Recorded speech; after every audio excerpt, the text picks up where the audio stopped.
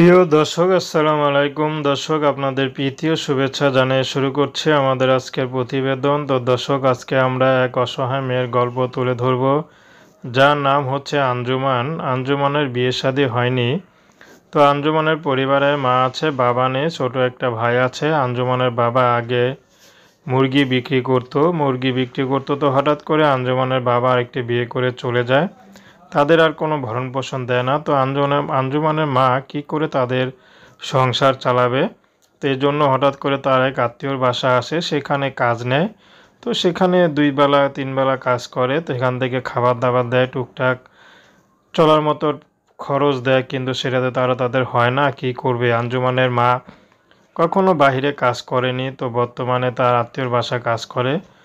তো চেয়ে চেয়ে তার এক আত্মীয়র বাসা থেকে আরেক আত্মীয়র বাসায় কাজ করে, কিন্তু অন্যের বাসায় কাজ করে না। তাদের দূর সম্পর্কে যারা আত্মীয়, তাদের বাসায় টুকটাক মুখ ঢেকে কাজ করে। তো বর্তমানে আঞ্জুমানের বিয়ের বয়স হয়েছে, বিয়ে শাদী দিবে, কিন্তু ভালো একটা মানুষ পাচ্ছে না আঞ্জুমানকে যে বিয়ে শাদী দিবে। তো এই জন্য ইউটিউবে আসা। তো আঞ্জুমান চাচ্ছে ভালো একটা জীবনসঙ্গী, যে তার সুখে দুঃখে পাশে থাকবে, তাকে কখনো ছেড়ে চলে যাবে না, এমন একটা মানুষ পেলে আঞ্জুমান বিয়ে করতে রাজি আছে। সে বিবাহিত হোক আর বয়স্ক হোক, তাতে কোনো সমস্যা নেই।